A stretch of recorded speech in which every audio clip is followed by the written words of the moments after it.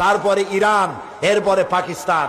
ঐক্য এবং শান্তির জন্য পৃথিবীতে বহু চেষ্টা করা হয়েছে, কিন্তু ঐক্য হয়নি। তাহসাবুহুম জামিআন ওয়া কুলুবুহুম শাত্তা। দেখা যায় এরা সব ইউনাইটেড, কিন্তু তাদের কলিজা একজন থেকে আরেকজনের কলিজা যোজন যোজন দূরে। মানুষের শান্তির জন্য মানুষেরা অনেক চেষ্টা করেছে, ন্যাটো করেছে, আসিয়ান করেছে, সার্ক করেছে, এরপরে ইউনাইটেড নেশনস অর্গানাইজেশন করেছে, লিগ অব নেশনস করেছে। পৃথিবীর মানুষের শান্তি আসছে বলেন? আসতে কইলেন কেন? শান্তি আসছে? আসে না। পৃথিবীতে যুদ্ধ হলো, প্রথম বিশ্বযুদ্ধ, আর যাতে যুদ্ধ না হয় সেই জন্য লিগ অব নেশনস তৈরি হলো। প্রথম বিশ্বযুদ্ধে বহু লোক মারা গেল, আর যাতে যুদ্ধ না হয় লিগ অব নেশনস তৈরি হলো। এরপরে 1935 সনে যুদ্ধ শুরু হলো, সেকেন্ড গ্রেট ওয়ার চললো।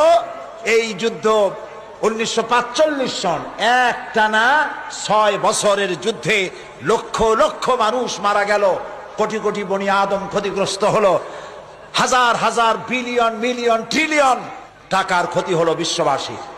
আর যাতে যুদ্ধ না হয় সেজন্য তৈরি হলো ইউএনও, আকওয়ামে মুত্তাহিদা, যেটাকে ইংরেজিতে বলা হয় ইউনাইটেড নেশনস অর্গানাইজেশন। এদের কাজ হলো পৃথিবীতে যুদ্ধ বিগ্রহ না হয়, গরিবদেরকে বাঁচানো, ধনীদের বড় বড় দেশগুলির হাত থেকে ছোট ছোট দেশগুলিকে যাতে রক্ষা করতে পারে আক্রমণ থেকে। মানুষের ইজ্জত হুরমত, তাদের স্বাধীনতা সার্বভৌমত্ব হেফাজতের গ্যারান্টি দেবে জাতিসংঘ। আমি প্রশ্ন করছি, এই জাতিসংঘ পৃথিবীর মানুষের জান মাল, দেশের স্বাধীনতার হেফাজত করতে পেরেছে? পারে নাই। বরং জাতিসংঘের ফতোয়া নিয়া বড় বড় মোড়লেরা তারা পৃথিবীর মুসলমানদের স্বাধীন রাষ্ট্রগুলিকে তস নস করে দিচ্ছে।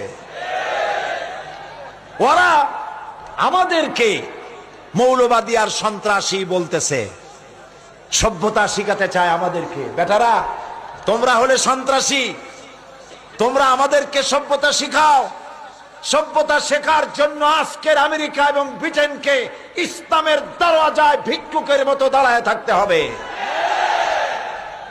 আর যে আমেরিকা আজকে মুসলমানদেরকে শিখাইতে আসছে, এরাকে কি কাজ করেছে তারা?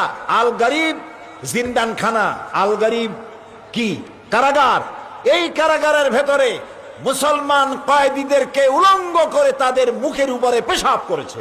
মুসলমান কয়েদিদের গলায় কুত্তার বেল্ট পরাইয়া তারপর রাস্তার উপরে টেনেছে। সারা দুনিয়া সাক্ষী, এ কাজ তারা করেছে। মুসলমানদেরকে আজকে চুপ করে বসে থাকতে হবে না, মুসলমানদেরকে ঐক্যবদ্ধ হতে হবে এবং বিশ্ব বিবেককে আবার জাগ্রত হতে হবে। এই পশু শক্তির বিরুদ্ধে ইরাকের উপর থেকে দখলদার সৈন্য, তাদেরকে উঠায় দেওয়ার জন্য সারা দুনিয়ার মানুষের চাপ সৃষ্টি করা এখনই প্রয়োজন। এটা যদি না করা হয় তাহলে ইরাকের পরে সিরিয়া, তারপরে ইরান, এরপরে পাকিস্তান, তার দৃষ্টিতে আমেরিকার দৃষ্টিতে পৃথিবীর সব মুসলমানেরা সন্ত্রাসী।